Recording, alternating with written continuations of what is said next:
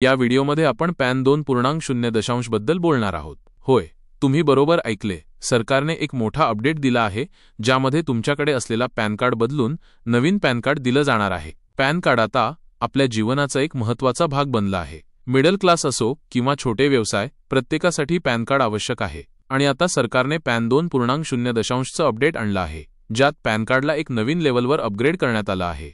या व्हिडिओमध्ये आपण पाहणार आहोत की हा नवीन पॅन कार्ड कसा असेल आणि जर तुमच्याकडे आधीच पॅन कार्ड आहे तर तुम्हाला काही करायला लागेल का? तुम्हाला एक नवीन पॅन कार्ड बनवायचं का? चला तर मग त्याच्या सर्व गोष्टींचं स्पष्टीकरण आपण पाहूया। सर्वप्रथम सरकारच्या या नवीन अपडेटचा उद्देश आहे की पॅन कार्ड तयार करण्याची प्रक्रिया जो 15 ते 20 वर्षांपूर्वीची आहे ती आता जुनं वाटू लागली आहे आणि म्हणूनच सरकार चाहतं आहे की पॅन कार्ड तयार करण्याची प्रक्रिया तंत्रज्ञानाच्या पुढे जाऊन जास्त सुरक्षित आणि सुलभ केली जावी। यामुळे पॅन कार्ड अधिक सुरक्षित होईल, त्यात नवे सिक्युरिटी फीचर्स असतील आणि त्याचं अपडेटेड व्हर्जन दिलं जाईल। नवीन पॅन कार्डमध्ये एक डायनॅमिक QR कोड असेल, ज्याद्वारे तुमच्या सर्व माहितीला रिअल टाइममध्ये अपडेट केले जाऊ शकेल। म्हणजे तुमच्या पॅन कार्डवर असलेल्या QR कोडने तुमचं सगळं डेटा एक क्लिकवर तपासता येईल। आता प्रश्न आहे, जर तुमच्याकडे आधीच पॅन कार्ड आहे तर तुम्हाला त्यात काही बदल करावे लागतील का? तुमचं पॅन कार्ड खराब होईल का?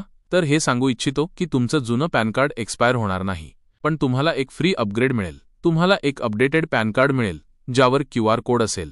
तुम्हाला नवीन पॅन कार्ड मिळवायचं असल्यास तुम्ही आधार कार्डद्वारे ऑथेंटिकेशन करून ते डाउनलोड करू शकाल। यासाठी तुम्हाला पॅन कार्ड अपडेट करण्यासाठी काही डॉक्युमेंट्स जमा करावे लागणार नाहीत। सगळं प्रोसेस साधं, सोपं आणि डिजिटल पद्धतीने होईल।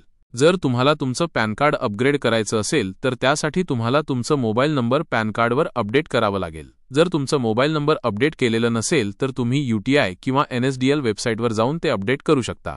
तुम्ही नवीन पॅन कार्ड काढण्यासाठी आधार कार्डाची माहिती, आधारावर असलेल्या तुमच्या माहितीच्या आधारावर पॅन कार्डला अपडेट करा। म्हणूनच नवीन पॅन कार्ड मिळवण्यासाठी तुमचं आधार कार्ड माहितीचं ताजं असणं गरजेचं आहे।